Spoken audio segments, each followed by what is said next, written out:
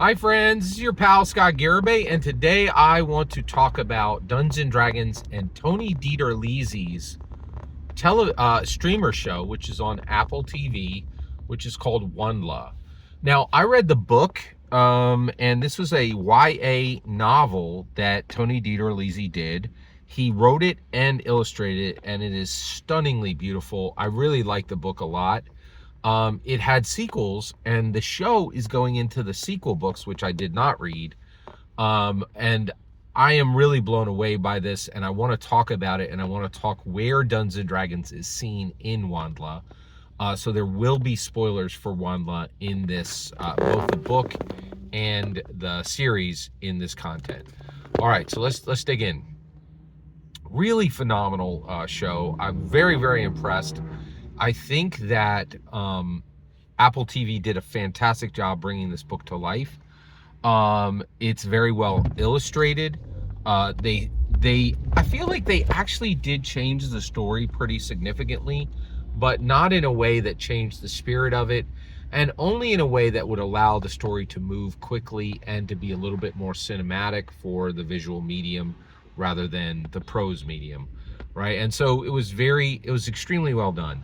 What's interesting though is where D&D is in it, right? So one of the things is I think Tony DiTerlizzi, he did his Monster Manual work and he did his Dungeons and Dragons work, and it really launched him as an artist, and people knew him from that, right? But he has gone far beyond that. He did the Spiderwick Chronicles, and oh, by the way, this is pretty big deal. So this is my entire point, is like, where do you see Dungeons and Dragons in Wondla? But before we can get to Wondla, in order to do Wondla, Tony DiTerlizzi had to do the Spiderwick Chronicles, which again were books that he illustrated, and Holly Black wrote them, and those books are bangers, right? But I had forgotten, they got movies. They made movies out of Spiderwick Chronicles, right? So one of the things that's really amazing is, one of the things that really is quite amazing is just like what Tony DiTerlizzi builds becomes streaming shows and movies, which is awesome.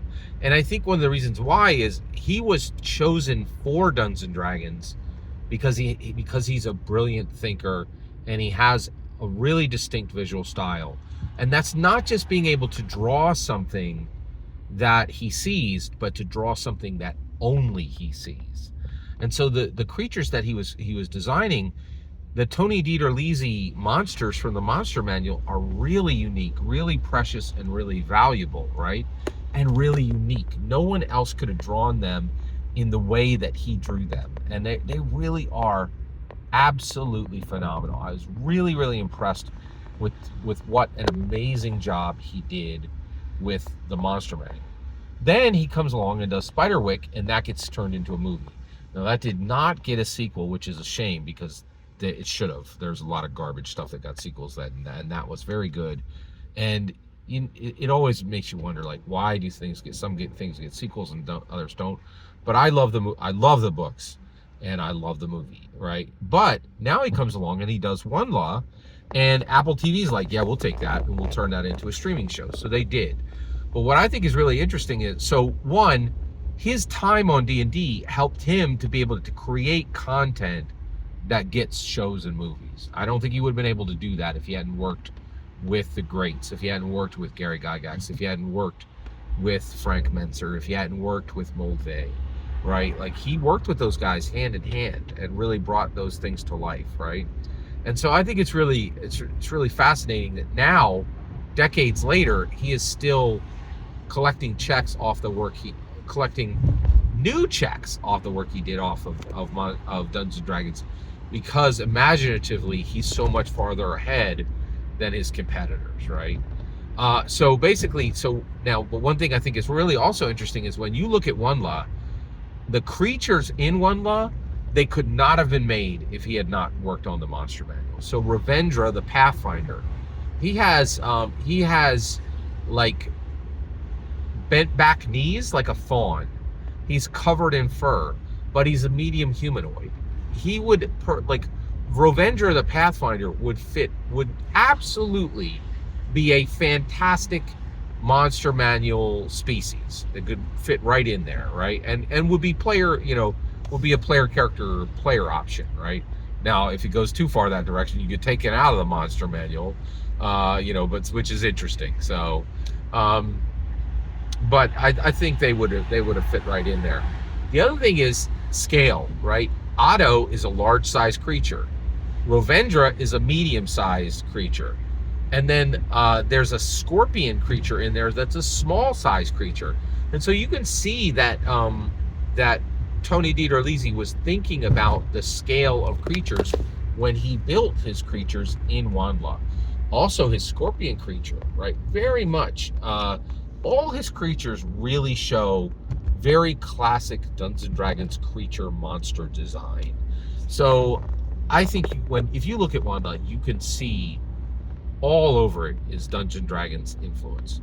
The other thing I thought when I watched Wondla was one thing that I really loved is she's a Sangbo, right? So Eva 9 is a human in the Wondla story, and she's a Sangbo, a sanctuary-born person, right? And she's human, but with Rovendra species, with Otto's species, with the scorpion species, almost everything she encounters in the outside world, outside of the sanctuary, they're incredibly alien, right? They're monstrous, right? And so one of the things I thought was really good was his medium-sized creatures don't feel like forehead aliens, right? The way you would get on a Star Trek show. And Star Trek has an excuse for it. It's expensive, it's outrageously expensive to create like a creature whose knees are backwards, right? Every time he's on screen, you're gonna pay $10,000. You can't do that, right? But you can on the D&D screen, right? The D&D screen has no budget, right? Actually, the D&D screen has an unlimited budget, and that's important. We should really remember that as dungeon masters. And I loved that they did that for that Tony DiTerlizzi kept that for the books he wrote. He's like, I'm not going to write this so it will convert well to streamers and to move into a streaming show or a movie. I'm going to write this so it's visually stunning and it fills the wonder of a person's mind, right? And then you can come along and that's why Apple had to convert this, right? Because it would have been expensive, right? And if you ever did Wondla as a live action, it would be expensive. It would be very expensive. So I was really impressed with what a phenomenal job Tony DiTerlizzi did with Wondla. I highly recommend it. If you're a Dungeons & Dragons fan, you're going to feel very comfortable with this.